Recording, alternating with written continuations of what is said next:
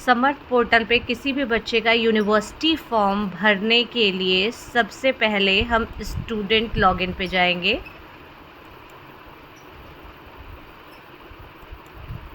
Student login पे हम यहाँ पर बच्चे की जो स्टूडेंट लॉगिन जो हमने उसका लॉगिन क्रिएट किया है वो यहाँ से ले करके लिस्ट से इस पे यहाँ पर फिल कर देंगे। फिर इसके बाद उसका पासवर्ड डाल करके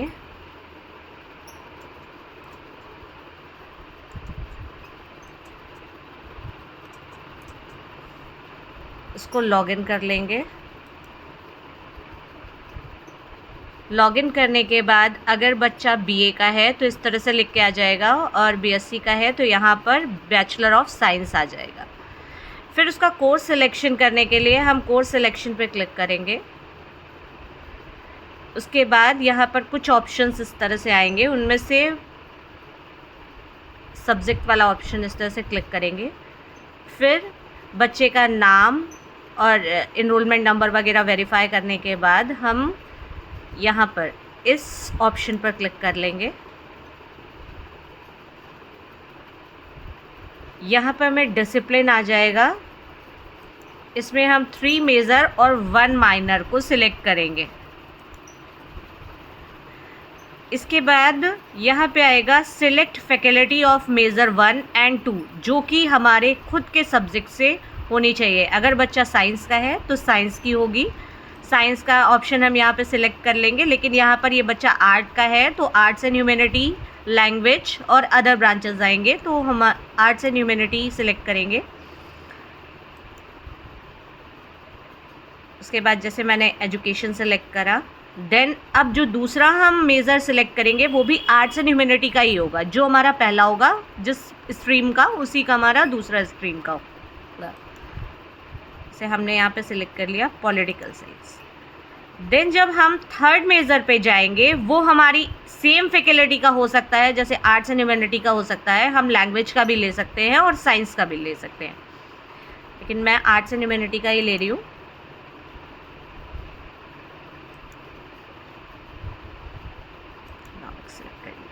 माइनर हम इस फैकल्टी में भी, मतलब इस सेमेस्टर में भी ले सकते हैं और नेक्स्ट सेमेस्टर में भी ले सकते हैं, लेकिन हमें उसका सिलेक्शन इसी सेमेस्टर में करना होगा। मैंने लैंग्वेज से उठाया है क्योंकि हमारे तीनों जो मेजर्स हैं वो एक ही स्ट्रीम के हैं। अगर मैं यहाँ अदर स्ट्रीम का लेती, जो हमारे मेजर 1 और 2 जिस स्ट्रीम के होंगे उस स्ट्रीम का हमारा माइनर नहीं होगा।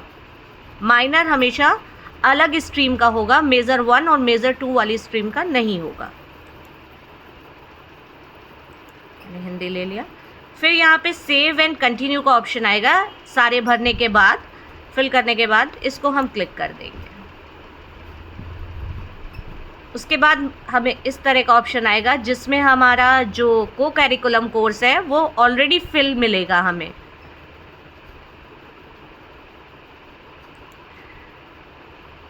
मैंने पहला मेजर एजुकेशन सिलेक्ट किया था, उसमें एक थ्योरी और एक प्रैक्टिकल दोनों आए हैं। हम दोनों को क्लिक करेंगे इस तरह से इनबॉक्स पे।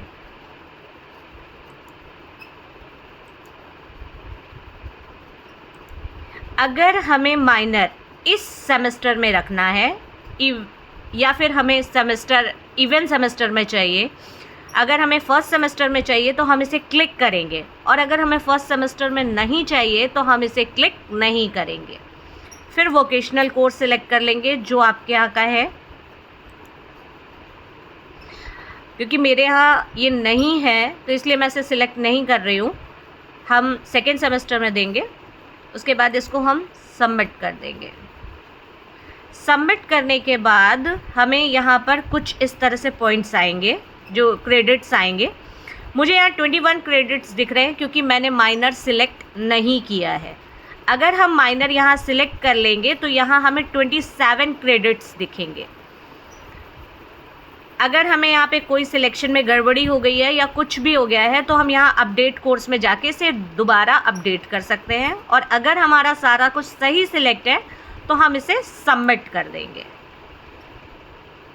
ओके करेंगे, देन ये सबमिट होने चला जाएगा। सबमिट हो जाने के बाद यहाँ पे इन्फो लिख के आएगा कोर्स सबमिटेड सक्सेसफुली। हम इसको यहाँ अगर क्लिक हियर करेंगे तो हमें यहाँ पर प्रिंट का ऑप्शन मिल जाएगा। हम यहाँ से इस पेज को प्रिंट भी कर सकते हैं। उसके बाद हम वापस स्टूडेंट में जाएंगे। स्टूडेंट में जाने के बाद हमें यहाँ पर एग्जामिनेशन दिखेगा। जब हमारा कोर्स सिलेक्शन हो जाएगा फिर हम एग्जामिनेशन को क्लिक करेंगे। एग्जामिनेशन में हम रजिस्ट्रेशन में जाएंगे। रजिस्ट्रेशन में जाने के बाद हमें लिख के आएगा registration open for regular examination first semester exam. इसको हम क्लिक कर लेंगे।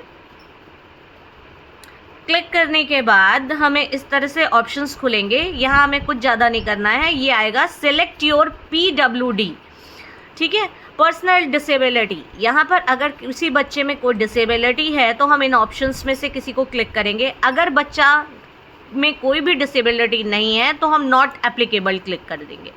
नॉट एप्लीकेबल क्लिक करने के बाद हम इसको सबमिट कर देंगे। सबमिट होने के बाद लास्ट में हम फिर से स्क्रॉल करके नीचे जाएंगे। यहाँ पर आएगा अपडेट कोर्स। अगर हमें कुछ अपडेशन चाहिए तो हम यहाँ से अपडेट कर देंगे, नहीं तो हम सबमिट एग्जामिनेशन फॉर्म कर देंगे। उसके बाद हमें यहाँ पे लिख के आ जाएगा great examination for submitted successfully, और फिर हम यहाँ से इसको प्रिंट भी कर लेंगे और हमारा एग्जामिनेशन फॉर्म सबमिट हो जाएगा इस तरह से। उसके बाद हम स्टूडेंट की लॉगिन को लॉग आउट कर देंगे। Thank you.